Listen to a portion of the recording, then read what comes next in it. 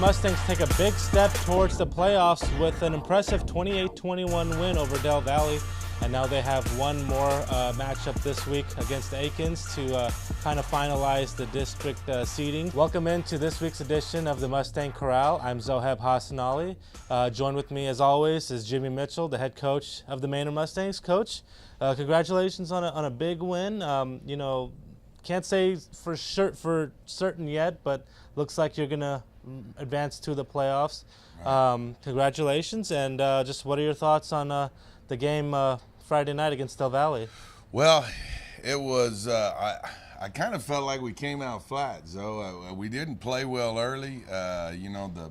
We fumbled the opening kickoff, and then we had a bad snap that got us in a hole early. But I was really proud of how the kids hung in there and kept fighting and fought all the way to the end with a lot of adversity. And we're able to pull it off. So, yeah, that game, it was like a whirlwind early. We got down fast, and we were able to dig ourselves out and finish the thing off. So I was, really proud of our kids and their effort. Yeah, just to add some context to that, the way your team responded, you gave up the 2 touchdowns early, back-to-back, right. Only 7 points the rest of the way. Del Valle had 138 total yards. Right. All but 2 came from the ground.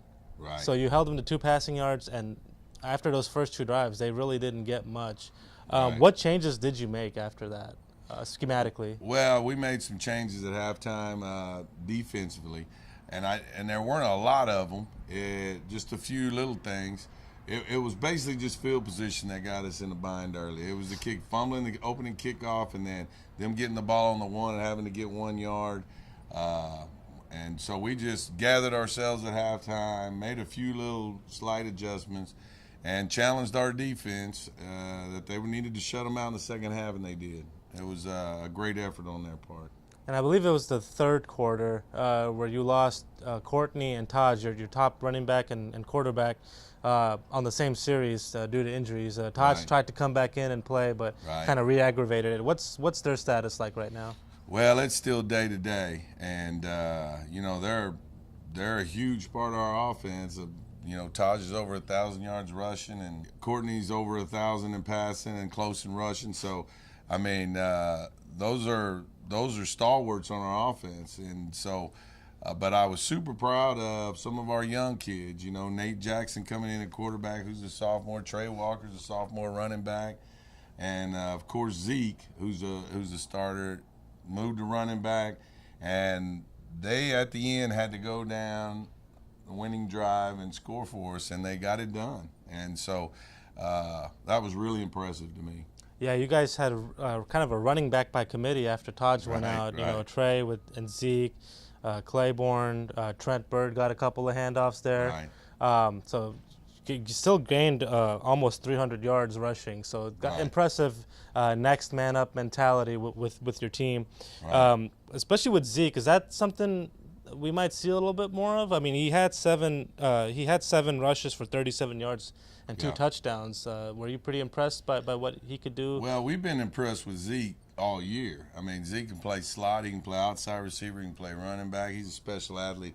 He's just had a hamstring problem in the middle of the year here that we can't seem to get healed, but he felt good last Friday and was able to help us go down on that drive and win the game. So his leadership was big. Nate Jackson on 2 third downs passes that he completed to get us a first down on that drive was huge. And then Trey Walker runs exceptionally hard, so we were proud of that as well. And of course our offensive line, kept digging in and fighting all night. So it was really impressive. I can't say in my career over 20 years I've ever seen 2 sophomores, a lot of backups come in like that and go down and score on a drive like that to put us ahead and win the game. It was a big deal. Says a lot about those kids. And now looking ahead to this week, you finish your regular season against Akins.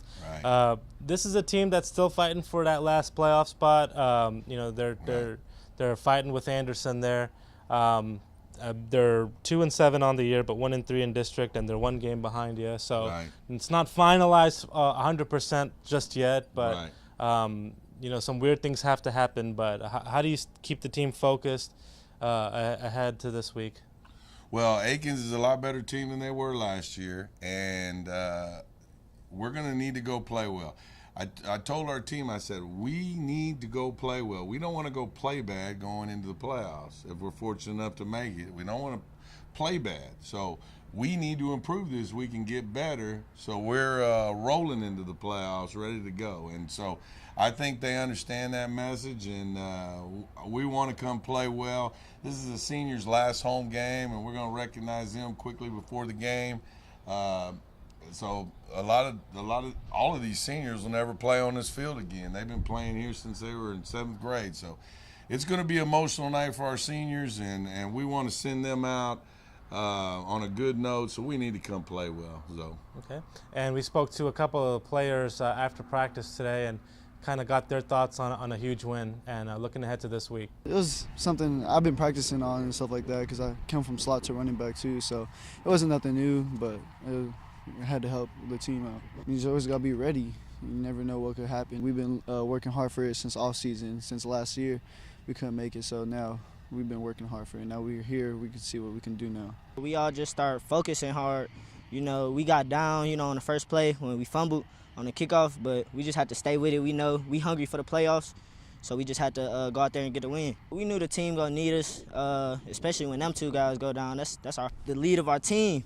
So when they went down, we knew we had to step up. We knew we had to make plays regardless so we can be in the playoffs. We're trying to build a momentum. We don't want to come off a loss and going into the playoffs. We're trying to keep building, go on a winning streak so we can go into the playoffs hot.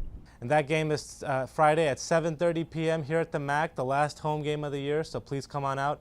And as Coach said, let's send off our seniors on a high note. It's also middle school night, so we'll be having our middle school fine arts students here, having them perform at halftime as well. So please come on out and support them.